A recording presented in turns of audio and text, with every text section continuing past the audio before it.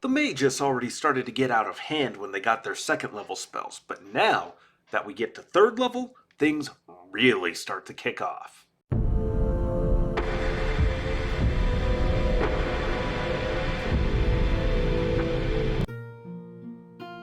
Hello there everyone, and welcome back down here to the Gamer's Den with me, your host, Jordan, your Master of Lore and Storyteller Extraordinaire. Continuing on with the first edition Pathfinder Magus guide, today we are going to be diving into the third level spells, and much like I already said at the intro, things are really starting to get out of hand because you're getting into those classic third level arcanist spells.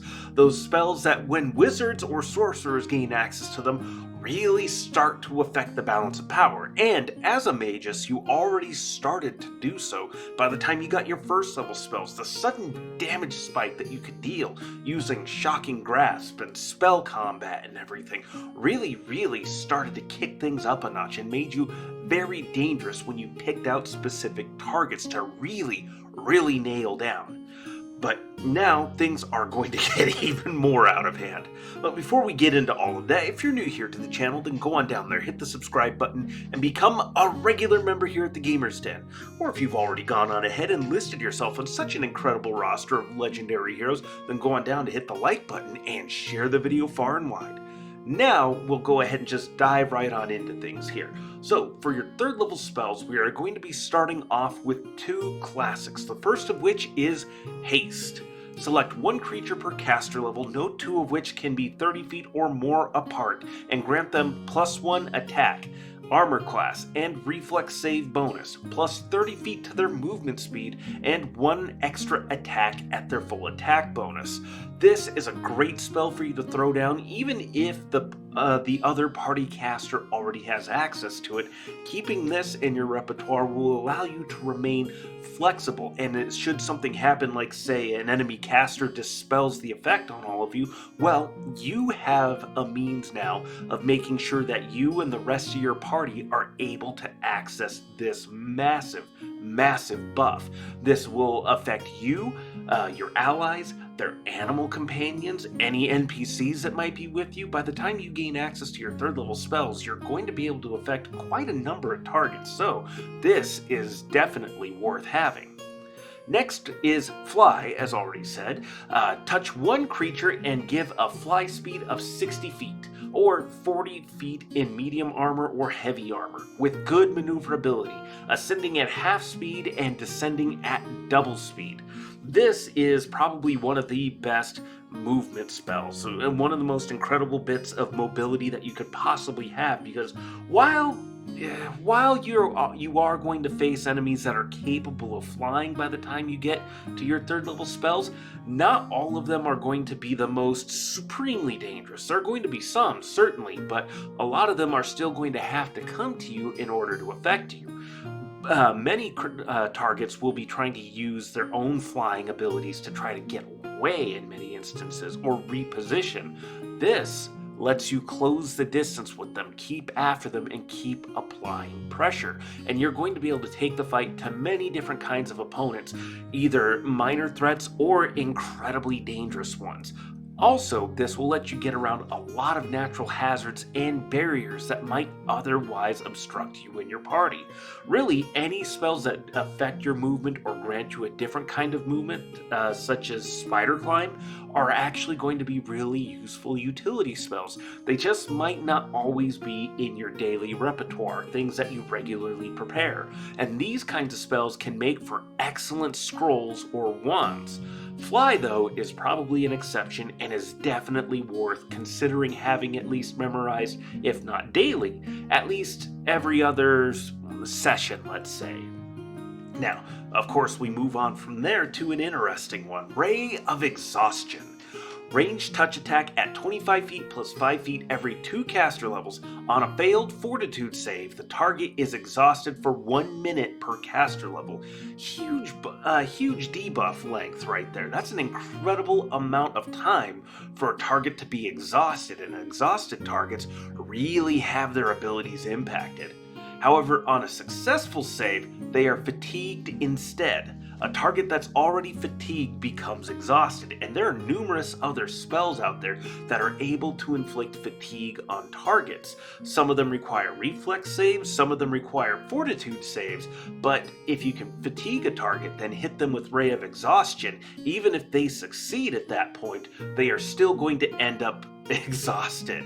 And this is absolutely great to have right there, and it's a fortitude save, so if you nail an enemy caster with this, a mage, a summoner, those clerics tend to have better fortitude saves, but arcane casters tend to not have the best saves when it comes to fortitude. So hitting them with exhaustion, making them fatigued, absolutely great debuff to inflict on them, especially as you're closing in to really take them all the way to the grave. Next we have Vampiric Touch. Touch a living target and drain 1d6 every 2 caster levels worth of hit points, max 10d6. You gain the damage dealt as temporary hit points that disappear 1 hour later. There's no save for this, only spell resistance. In fact, the only real limiting factor to this spell is that it has to be a living target, so undead, constructs, they're not going to be affected by this. But that still leaves a whole broad swathe of enemy types that are going to be vulnerable to this. So 8 times out of 10, 80% of the time, this is probably going to be really useful and is actually going to do a significant amount of damage and give you temporary hit points. And this is valuable for you, whereas it may not be the best for a wizard or a sorcerer, even though the temporary hit points are nice. This requires them to get in close enough to the target to touch them in order to inflict this damage. Then getting up close and personal with targets is not something most casters want to do. You are not most casters. You're not as squishy as those frail nerd wizards are. You are significantly more durable. You have access to better kinds of armor that don't interfere with your spellcasting, but you're not as tough as a fighter or a barbarian. So getting temporary hit points thrown on is going to be great, especially when you hit 10d6. The average on that is going to be about 32 hit points. An extra 32 hit points is going to be huge for you, no matter what level you're at. That's great to have, and could mean the difference between staying alive and perishing tragically in the midst of combat. The next spell to consider is Displacement. Touch target to grant them a 50% miss chance, and this lasts 1 round per caster level, so not incredible duration there, but a 50% miss chance is huge. Now, there are some guides that don't rate this very highly, but I'm inclined to disagree. Having 50% of attacks coming your way missing, and then couple this on with the fact that you can also have this stacking with Mirror Image, and you're going to have several layers of defense on top of an already pretty solid armor class between your dexterity bonus and what either the medium or light armor that you're already going to be wearing.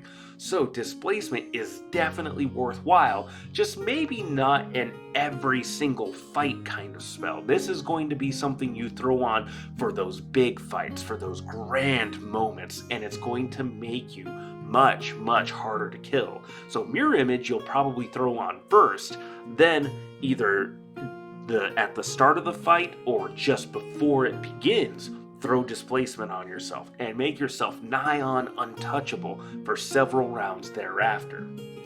Now, as an example of a spell to avoid, we have Beast Shape 1. Take the form of any small or medium animal you're familiar with. If they have the following abilities, you have them as well. Climb of 30 feet, fly of 30 feet with average maneuverability, swim of 30 feet, dark vision up to 60 feet, low light vision, and scent.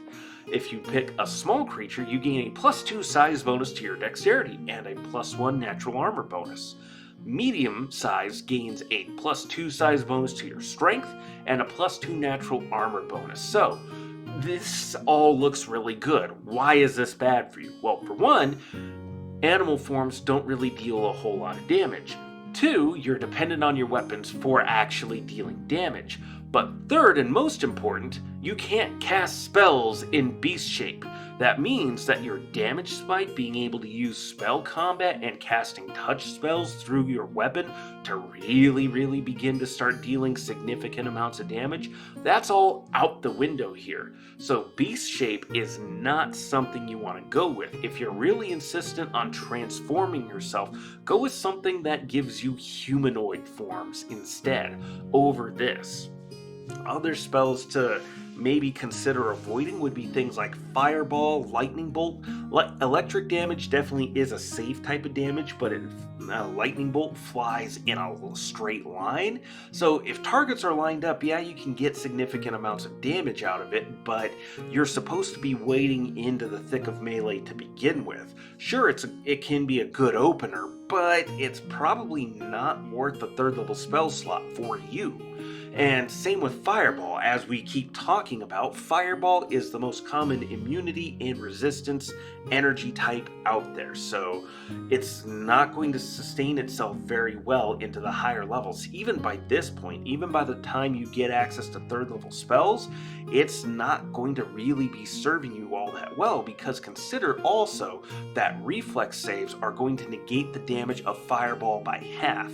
Now throw in any energy resistance on top of that, and you're really going to start cutting it out entirely. Because remember, the average for a Fireball at 10d6 points of damage is going to be about that 30 to 32 point range. So if they save, that's 15 to 16 points of damage that are saved right there, right off the bat. So you're dealing half of that.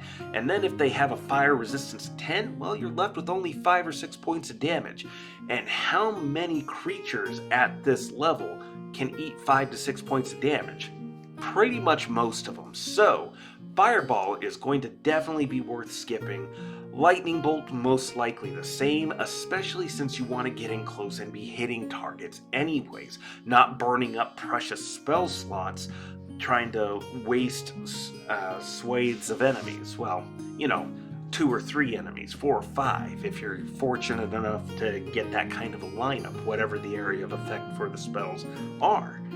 Now, there are plenty of other spells to look at and consider as well. Or consider avoiding, let's see, Versatile Weapon as an example, not really all that great. Even if you're fighting devils quite a bit, it's still not going to be worthwhile, because by the time you can cast this, you're probably not far off from having a cold iron or silver weapon. And with your different spell combat abilities, your arcane pool, you're able to apply different kinds of effects to your weapon, especially with the different kinds of arcana that you're able to make use of in order to boost the effects that your weapons have overall. So Versatile Weapon doesn't really mesh very well because it's a bit redundant, and it's redundant in a way that is burning up, again, spell slots that are massively important. The slow spell, as another example, can be an incredibly powerful debuff. Probably not as important for you as it is to have, say, haste as an example, but it's still good enough that it's worth considering. And there's plenty of other spells in your spell list that are like that as well. So, what do you think? Go on down to the comments below and let me know your thoughts. Did you like today's video? Did you dislike it? Let me know your thoughts in the comments down below. What other spells you might recommend to other people looking to these guides to try to get some advice or insights on how to build their potential mages down the line. And hit those like or dislike buttons. And if you've made it this far, then go on down there, hit the subscribe button, and become a regular member here at the Gamer's Den. But with all that said, I've been your host, Jordan, your master of lore and storyteller extraordinaire. Thank you all so very much for your time, and you all have yourselves a good night. Good gaming to you all.